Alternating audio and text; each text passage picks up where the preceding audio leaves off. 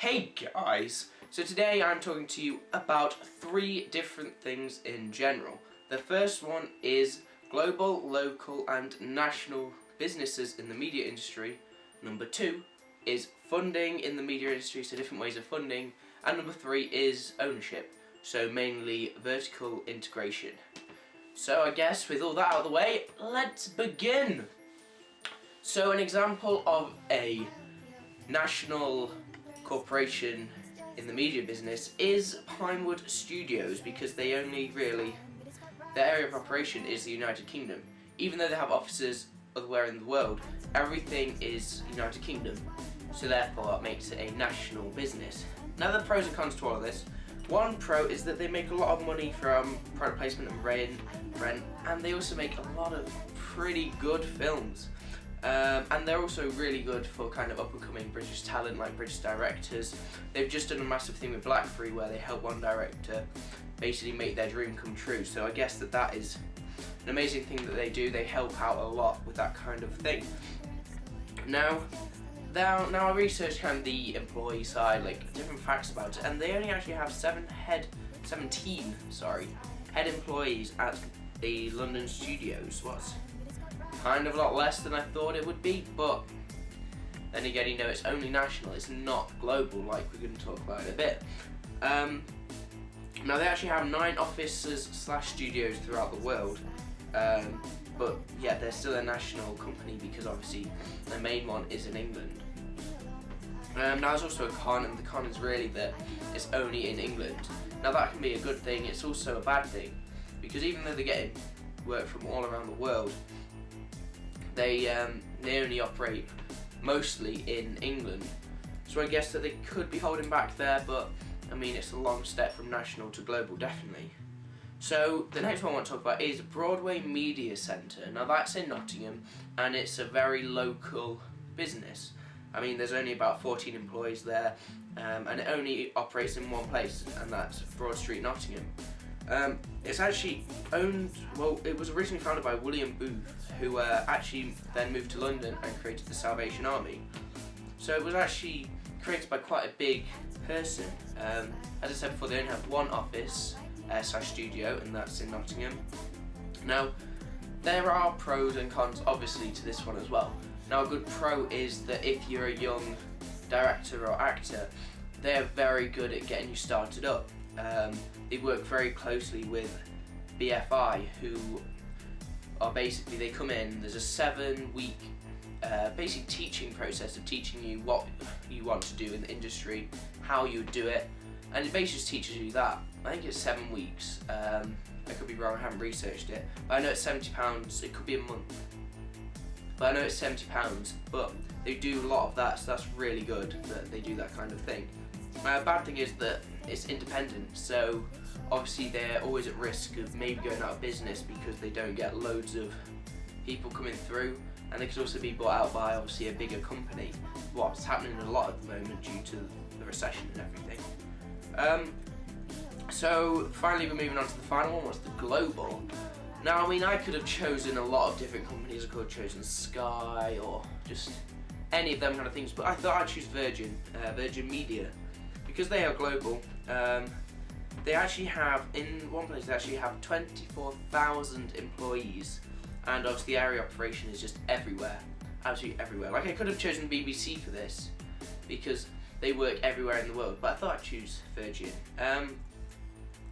Cons are that they, on their channels there are a lot of adverts, because that is how they get most of their money through. They do a lot of adverts, and also what was good about the other ones is people could say to them like, oh, I like this, I like how you do this. But with this, because they have so many people using it, it's hard to kind of filter that through, because so many people are leaving comments. It's like on YouTube, the big YouTubers, they have so many comments and so many tweets or whatever that it's hard for them to go through them all of them. So you know, so that's pretty big con, I think. But obviously at Pros, it's a huge company, it has some amazing shows on it, they have loads of different channels, shows a lot of English and American shows, and it also makes a hell of a lot of money. So I guess that's always good. always good. Okay, so moving on to part 2. Now this part 2 is obviously me talking about funding. So here's the funding bit. So the first one I'm going to talk about is TV license. Now TV license is a thing that everybody has to have in order to watch TV. Very much like everyone has to have a driver's license to drive. Now this is a good way of getting money basically because everybody has to pay it, so it is a constant stream of money all the time. A con is if you're part of the general public, you have to pay to watch the standard BBC1, BBC2, all that lot. And that's really bad. That's basically all TV license is. It's just a thing you have to buy in order to watch TV. So the second one is subscription. So subscription is when TV programs are scrambled when transmitted, and then you have to buy the hardware to unscramble it. Now an example of a company who do this is Sky. So when the TV shows leave Sky, they will be scrambled, they'll hit the satellite and come back to wherever you are, and what the Sky Plus box or whatever you have will then unscramble it so you can watch the TV show.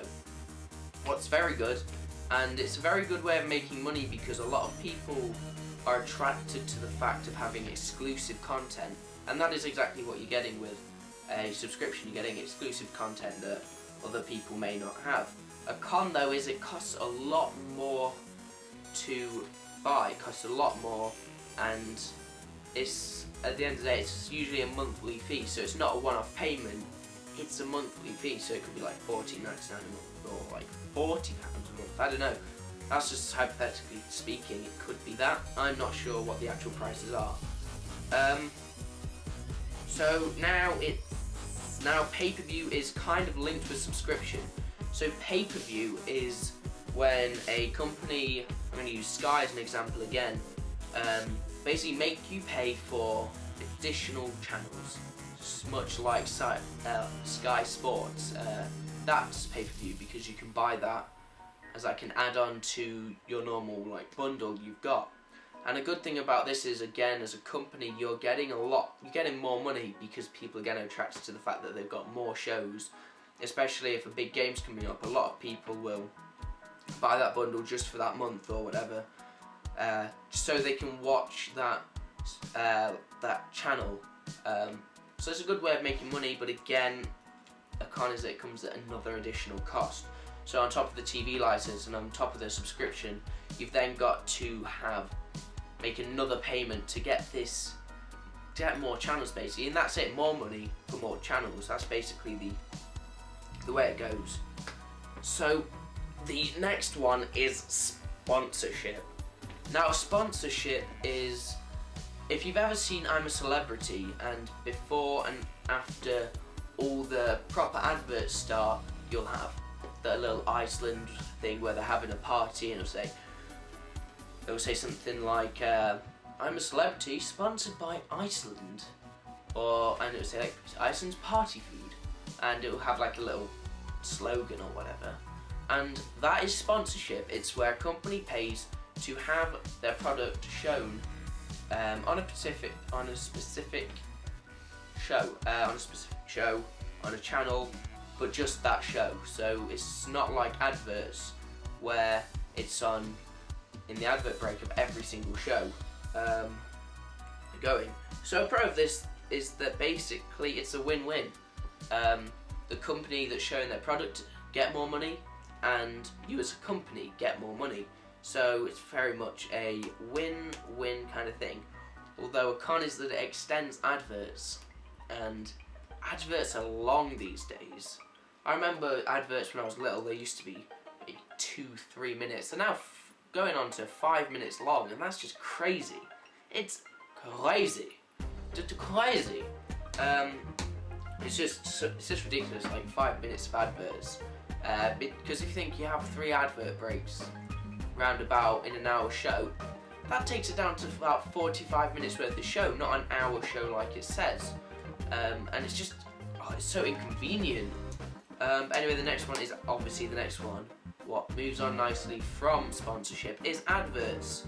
This is where an outside business creates like a 30-second clip or whatever to a minute to show their product, to show it off to the public so that they will obviously go out and buy it. Now an example of people who do this is Jack Daniels, but they're quite famous for doing longer than a minute, because if you've ever seen the newest one, I think is of a barrel, and that's got to be about 1.5 minutes long. So they're quite well known, I think, for the fact that they do longer than a minute adverts. But yeah, Pro, so that is a good way for the company to show off their product. Plus, you as a company showing it get money. So again, it's much like sponsorship, where it's a win-win situation once again. But again, a con is that many people actually record shows like I do, so they can just skip through the adverts, because in a way, adverts are hassle, and if you're quite busy, then you don't be watching adverts all the time. You don't be watching adverts for like 25% of your hour show. You want to be watching the show. So a lot of people record, and that means that a lot of people miss adverts. So in the end, you're actually paying to have your product shown, but not many people are seeing it. Okay, so the next one is product placement. Now, I love product placement because there's a film called Wayne's World. If you've never seen it, you should go and watch it. It's a good film because it's just product placement throughout the whole thing. There's one scene where they're in a factory and they're just like, why not try this Coca-Cola? And I mean, there's other ones available, but they just have a lot of product. They just have product placement, and they don't make it subtle. They just shove it right in your face. Much like in Rambo First Blood Part 2, it's all grey and boring. Suddenly there's a red Coca-Cola machine just pops out of nowhere. So I mean, so product placement, I'm now going to talk about what it is basically what it says on the tin. It's where a company shows off, places their product in a show, and shows it off, so more people buy it. And this is good, but I mean, it's only in usually one program or one film. Could be numerous times, but obviously it's just set to that one episode or film. But it's a good way of getting money in, because obviously again with the Pro, it's a win-win. You're showing off that company's product so they get more money, and you will get money because they're paying you for it. But I guess a con is the fact that a lot of people put it in subtly, so they can be missed a lot. I mean, there are rare films where they just shove it in your face, obviously like Wayne's World, but a lot of the time it's subtle, it's not noticed that much. And then obviously they're paying to have it shown, but not many people are noticing it again. So the last one is crisis funding. Now crisis funding is good. Well, it's not good because you've run out of money once, but it's where you've run out of money and you're either close to the end or part way through your whatever you're doing, and you go to a company and you say to them, right, I've started doing it, it needs to be finished, can I have money? And they will give you money. They might say, oh, we want 10% of the box office, like the money you get from the box office, or we want 10% of your final, whatever you earn from it. But then that's a good thing, because obviously you get the money, but then a con is the fact that it's risky for the companies investing in you, because if you still don't get it finished, then they don't get their money back. They've just invested in something that's failed. So that's the end of part 2. Okay, so on to the third part. It's almost over. This is almost goodbye. But anyway, on to the third part. What is about ownership? And it's mainly vertical integration. You're probably wondering, James, what is this vertical integration talk of? And I'm going to tell you. So vertical integration is when a company owns a company that owns a company. And a very good example of this is Disney. Fortunately, it's a good example. So Disney own Pixar, Lucasfilms, and Marvel. Ugh. I could rant about this all day, but I'm not going to. I'm going to do this. I'm going to do this. So then Lucasfilm own Thux, Skywalker Sound, and ILM. Now that is basically what vertical integration is. It's basically when a company owns another company loads more smaller companies. So like there's a big one. It's like in a company where you've got the big bad boss, and then you've got the employees, then you've got the interns. That's basically what it is. But horizontal integration is basically the whatever they own.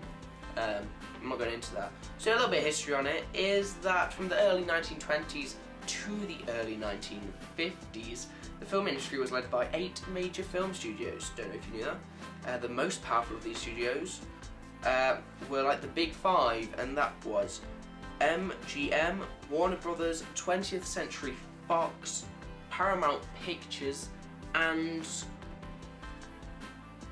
RKO. To be honest, a couple of them I have not heard before. So these studios not only produced and distributed films, but they also operated their own movie theatres. So that kind of made them the big ones. The fact that they had their own movie theatres and their films were shown at their movie theatres. Now there were 3 smaller ones, Universal Studios, Columbia Pictures, and United Artists. Now they also produced films and distributed feature films, but did it under other people's theatres. So they would like bring up Warner Brothers. So say I'm part of Universal. I'd bring up Warner Brothers and I'd be like, I have this film, can I show it at your theatre? And they would say, yeah, of course you can, because obviously they'd say that to me. But yeah, so that's basically what vertical integration is, and that's basically the end of this video. So yeah, I'm sorry. Now this is rare, because this is 2 videos in 2 days. You should thank yourselves lucky. Thank your lucky stars that you've had 2 videos in 2 days. So yeah, so I hope you had as much fun watching this as I had recording it, because this was a jolly good ball of fun. And I'll see you next time. I hope you have a good time in between now and the next video. Good day.